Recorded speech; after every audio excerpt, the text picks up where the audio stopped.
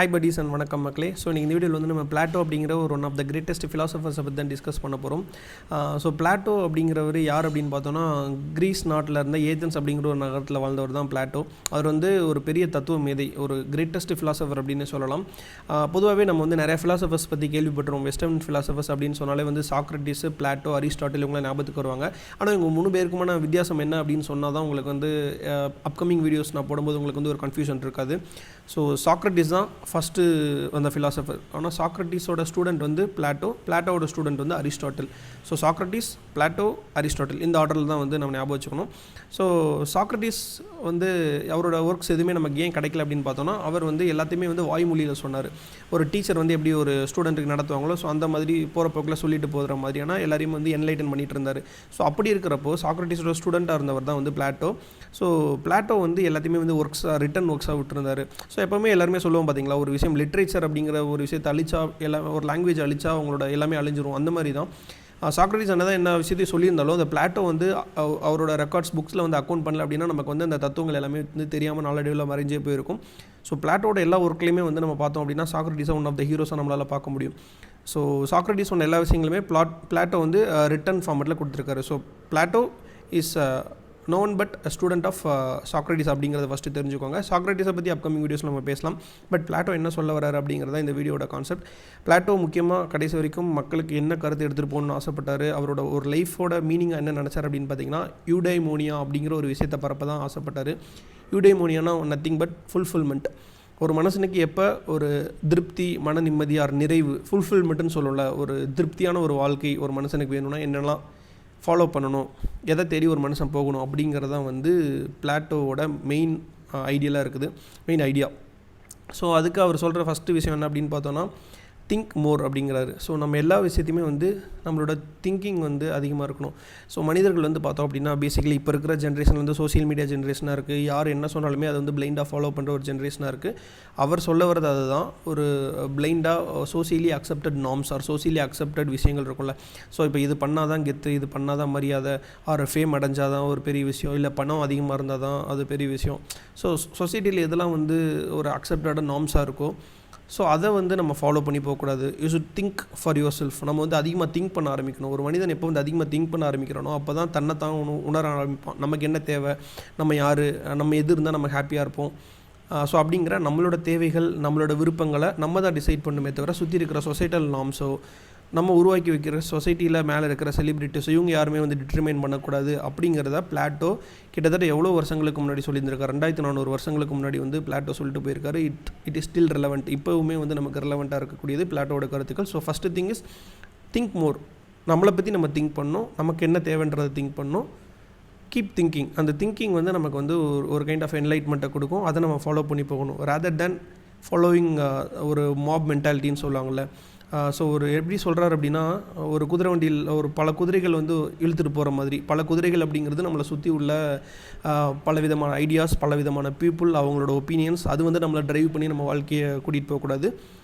We should be driven by our own thoughts, our own thinking process அப்படிங்கிறது தான் பிளாட்டோட first கருத்து. Number 2 வந்து பார்த்தோம் அப்படின்னா, ஒரு லவ் அப்படிங்கிறது நம்ம என்ன பண்ணுவோம், ஒருத்தர் புரிஞ்சுக்கிட்டு அப்படி அண்டர்ஸ்டாண்டிங் அப்படி தானே யோசிப்போம். பட் பிளாட்டோட ஒரு திங்கிங்கே வேறு விதமாக இருக்குது. லவ் அப்படிங்கிறது என்ன அப்படின்னா, taking admiration R letting your lover change you. அதாவது எப்படி சொல்கிறது, இப்போ உங்கள் லவ்வர் இருக்காங்க அப்படின்னா உங்கள் லவ்வர்கிட்ட சில நல்ல குவாலிட்டிஸ் இருக்கும். அந்த குவாலிட்டிஸாக நீங்கள் பார்த்து நீங்கள் சேஞ்ச் பண்ணிக்கணும். இது எப்படி புரிகிற மாதிரி சொல்கிறது அப்படின்னா, நம்மக்கிட்ட சில குவாலிட்டிஸ் இருக்காது. ஃபார் எக்ஸாம்பிள், கைண்டாக இருக்கிற விஷயம், உங்கள் லவ்வர் வந்து இப்போ கைண்டாக இருக்காங்க அப்படின்னா நீங்கள் கைண்டாகவே இல்லை அப்படின்னா, அந்த கைண்ட்னஸ் அப்படிங்கிற ஒரு குவாலிட்டியை அவங்ககிட்டருந்து நம்ம சேஞ்ச் பண்ணிக்கணும் அவங்கள பார்த்து. ஸோ அதுதான் வந்து லவ்வர் அப்படிங்கிறது. They should reform you. உங்கள் லைஃப்பில் வந்து உங்களோட குவாலிட்டியை மேம்படுத்துறது தான் வந்து உங்களோட லவ்வர். ஸோ உங்கள்கிட்ட இல்லாத குவாலிட்டிஸ் அவங்கள்ட்ட இருக்கும் பார்த்தீங்களா, அதுவும் நல்ல குவாலிட்டிஸ். அதை பார்த்து உங்களை யார் வந்து அப்படி day by day someone who is changing you into a better version of yourself அப்படின்னு இருப்பாங்கள்ல. ஸோ அவங்க தான் வந்து உண்மையான லவ்வர். அதுதான் லவ். நம்ம வந்து இருக்கிறவங்க அப்படியே இருந்துக்கணும், அதாவது நான் எப்படியோ அப்படியே இருப்பேன், நீ எப்படியோ அப்படியே இரு அப்படிங்கிறது வந்து it's not love according to பிளாட்டோட கருத்து இது.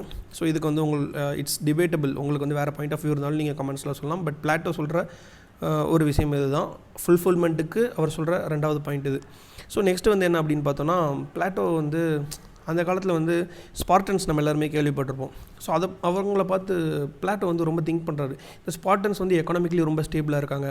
அவங்க வந்து ரீப்ரொடியூஸ் பண்ணுற விஷயம், the way they have sex or the way they treat their family, the way they raise their child, அவங்க குழந்தைங்களை வளர்க்குற விதம் எல்லாமே வந்து பிரமாதமாக இருக்குது. And also they are strong in மிலிட்ரியில் இவ்வளோ ஸ்ட்ராங்காக இருக்கிற ஒரு பீப்புளாக இருக்காங்க.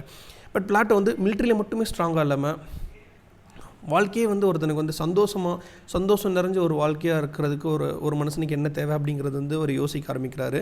ஸோ பிளாட்டோ வந்து எந்த விதமான ஒரு கவர்மெண்ட்டாக எந்த விதமான ஆட்சி இருக்கணும் அப்படிங்கிறத அவர் ஆசைப்பட்டன்றது சொல்கிறதுக்கு முன்னாடி அவர் வந்து இன்னொரு விஷயமும் சொன்னார். அதாவது பியூட்டி அப்படிங்கிற ஒரு விஷயம் வந்து நம்ம எல்லாமே அழகாக இருக்குது அப்படிங்கிறத ரசிச்சுட்டு போயிடுவோம். ஆனால் ஒய் டு வி அட்மையர், நம்ம அந்த பியூட்டியை ஏன் ரசிக்கிறோம் அப்படிங்கிற ஒரு விஷயத்தையும் வந்து பிளாட்டோ வந்து கொஸ்டின் பண்ண ஆரம்பிச்சு அவர் என்ன சொல்கிறார் அப்படின்னு பார்த்தீங்கன்னா, ஒரு பியூட்டிஃபுல்லான விஷயம் ஒன்று சொல்கிறோம் அப்படின்னா அதில் இருக்கிற ஏதோ ஒரு நல்ல குவாலிட்டி வந்து நம்மளை வந்து இருக்குது. ஸோ எந்த ஒரு விஷயமா இருந்தாலும் இருக்கலாம், அதில் இருக்கிற ஒரு நல்ல குவாலிட்டி நம்மளை இருக்குது அப்படிங்கிறத சொல்கிறாரு.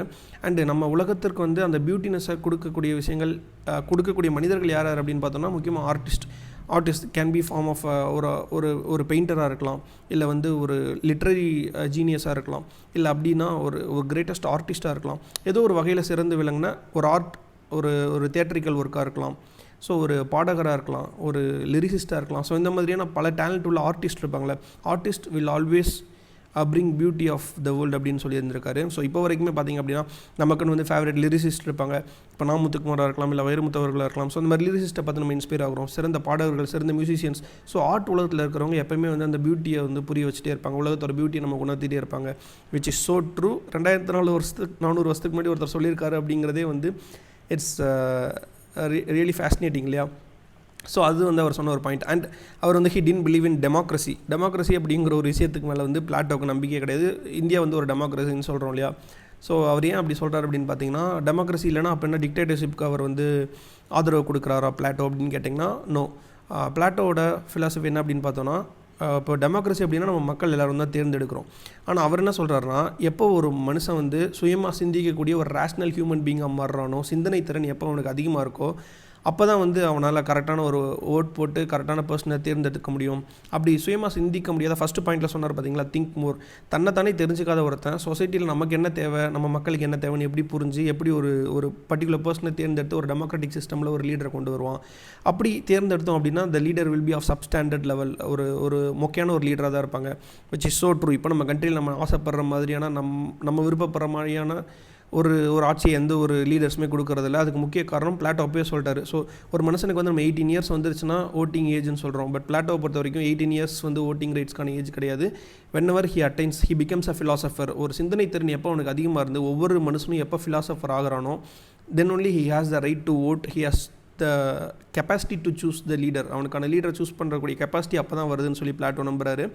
அண்ட் ஆல்சோ ஒவ்வொரு கிங்குமே ஒவ்வொரு லீடருமே he should be a philosopher கிங்காக இருக்கணும். நம்ம மட்டுமே வந்து ஒரு சிந்தனை திறன் உள்ளவனாக இருக்கக்கூடாது. நம்மளை ஆட்சி செய்கிறவங்க சிந்தனை குருவாக இருக்கணும், ஃபிலாசபர் கிங்காக இருக்கணும். ஸோ அப்படி ஒரு சிந்தனை திறனே இல்லாத ஒருத்தர் ஆட்சி செஞ்சாங்க அப்படின்னா அதுவும் வந்து ஒரு சிறப்பான ஆட்சியாக இருக்காது அப்படிங்கிறது தான் இது வந்து பிளாட்டோ என்விஷன் பண்ண ஒரு ஐடியலான சிஸ்டம். இதில் எந்தெந்த விஷயங்கள்லாம் நம்ம கையில் இருக்குது, நம்மளால் எது மாற்ற முடியும், அவர் சொல்கிறது இன்றைக்கி வரைக்கும் ரிலவெண்ட்டாக இருக்கா, இஸ் இட் அக்செப்டபிள் ஆர் சில விஷயம் உங்களால் டிபேட்டபிளாக இருக்கா அப்படிங்கிறது வந்து நீங்கள் கமெண்ட்ஸ் ரிலீவ் பண்ணுங்கள். Plato is quite and interesting. இது வந்து just an introduction about Plato. Upcoming வீடியோஸில் நிறைய ஃபிலாசபர்ஸை பற்றியும் இன்ட்ரோடக்ஷன் கொடுத்துட்டு அதுக்கடுத்து அவங்களோட ஃபிலாசபிக்கல் விஷயங்கள் எல்லாத்தையுமே வந்து நம்ம வந்து டீப் அனலைஸ் பண்ணலாம். ஸோ ஐ ஹோப் இந்த ஃபிலாசபி வீடியோ கண்டிப்பாக பிடிச்சிருக்குன்னு நினைக்கிறேன். ஆல்ரெடி நிஹிலிசம் பற்றி ஒரு வீடியோ போட்டிருந்தேன். ஸோ அது நீங்கள் பார்க்கணும் அப்படின்னா ஜீவா டாக்ஸ் ஸ்பேஸ் நிஹிலிசம்னு சர்ச் பண்ணிங்க அப்படின்னா அதை பற்றியும் வந்து நீங்கள் தெளிவாக தெரிஞ்சுக்க முடியும். If you're interested in any more philosophical topic or psychology related டாப்பிக்கில் இன்ட்ரெஸ்ட்டாக இருந்தீங்க அப்படின்னா whichever it is name இந்த கமெண்ட் செக்ஷன் பிலோ, அதை பற்றி நம்ம ஃபர்தர் டிஸ்கஸ் பண்ணலாம். ஸ்டே டியூன்டு மக்களே. இந்த வீடியோ பிடிச்சிருந்தது அப்படின்னா சப்ஸ்கிரைப் பண்ணிக்கோங்க. நன்றி, வணக்கம் மக்களே, நன்றி.